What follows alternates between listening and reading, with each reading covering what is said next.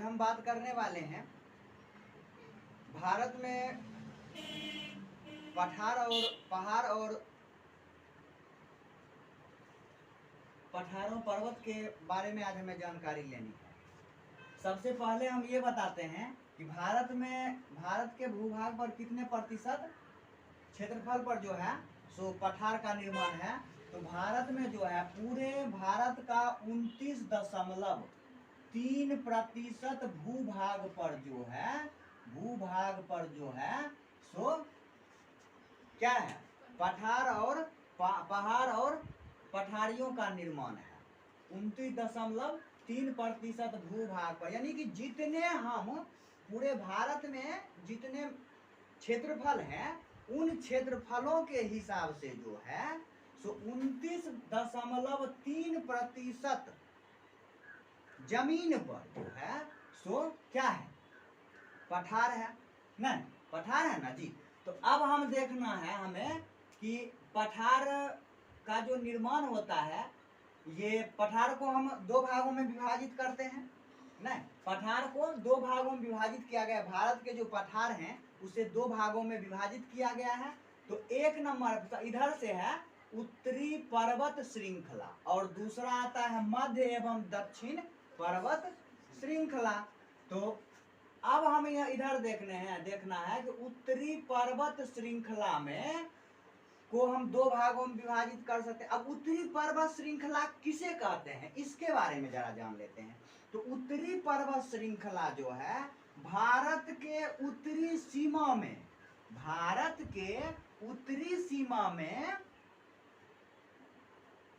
स्थित हिमालय के पर्वत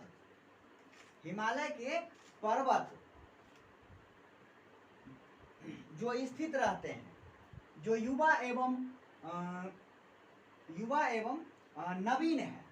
नवीन पर्वत जो है वह कौन सा है, यानी कि उत्तरी पर्वत श्रृंखला के नाम से जाना जाता है। अब उसमें देखना है कि उत्तरी पर्वत श्रृंखला को हम दो भागों में डिवाइडेड करके जो है इसके बारे में हम जान सकते हैं। तो अब एक नाम इधर से है, अब हम कैसे जानेंगे इसे, हम दो भागों में, एक होता है आयु के आधार पर और दूसरा होता है नदियों के आधार पर जो है सो हम इसकी जानकारी ले सकते हैं।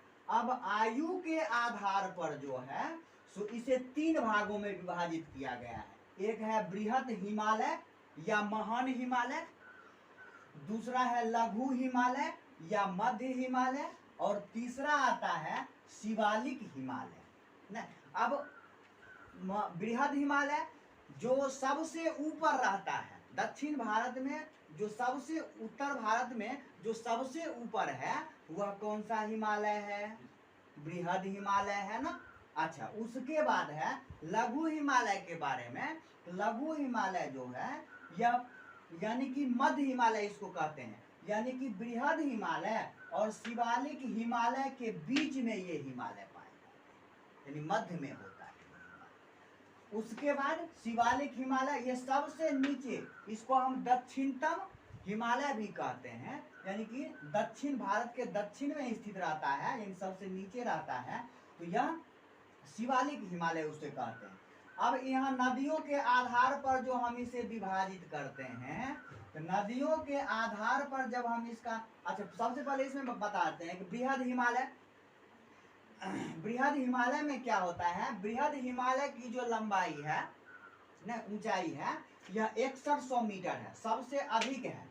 इसी हिमालय में जो है क्या कहता है उसको, नेपाल में जो है एक पर्वत है, उस पर्वत को हम क्या कहते हैं, सबसे ऊंची पर्वत कौन सी है, हिमालय है। सबसे विश्व की सबसे ऊंचा हिमालय कहां पर स्थित है, पर्वत, उसका नाम भूल गए हो जी।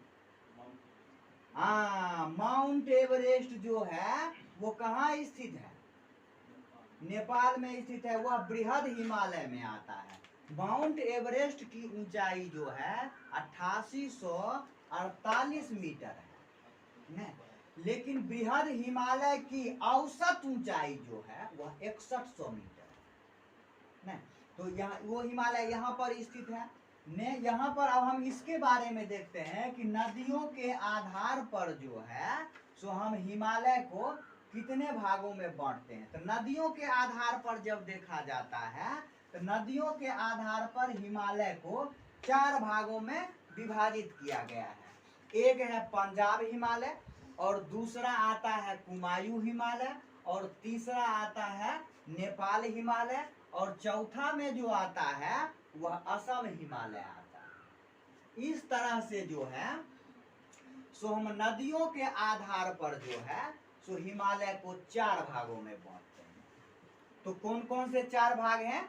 एक है पंजाब हिमालय, दूसरा है कुमायूं हिमालय, तीसरा है नेपाल हिमालय, और चौथा में जो है यह असम हिमालय। यानी कि नदियों के आधार पर हम 4 भागों में बांटे। अब इसमें देखना है कि पंजाब हिमालय में कौन कौन से पर्वत श्रेणी आते हैं, कौन कौन से पर्वत हैं जो पंजाब हिमालय के अंतर्गत है।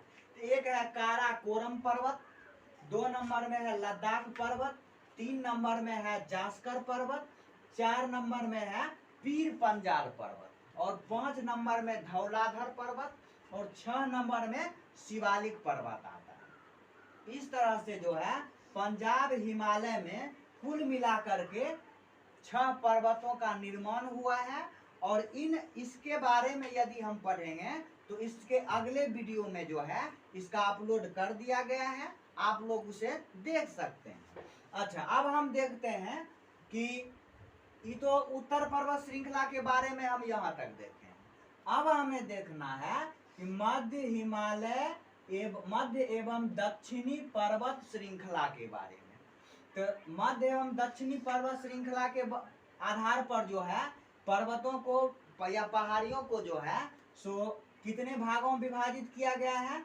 1 हुआ अरावली पर्वत, 2 हुआ विंध्याचल पर्वत, 3 हुआ सतपुरा की पर्वत, 4 हुआ अजंता की पर्वत, 5 हुआ बालाघाट की पर्वत, और 6 नंबर में है नन्नामलाई की पर्वत, 7 नंबर में है जावदी की पर्वत, 8 नंबर में है नीलगिरी की पहाड़ी, 9 नंबर में है अन्नामलाई की पहाड़ी, और 10 नंबर में है कार्डमम की पहाड़ी। इस प्रकार से जो है सो मध्य एवं दक्षिण के जो पर्वत हैं उसे 10 भागों में विभाजित कर दिया गया है। यदि आप लोगों को वीडियो ये पसंद आए तो आप इसे लाइक जरूर करें और कमेंट करें, ताकि हम इस तरह के और भी वीडियो आप लोगों तक पहुंचाने का प्रयासरत रहें। और इसका अगला जो है वीडियो आगे दिया गया है। धन्यवाद।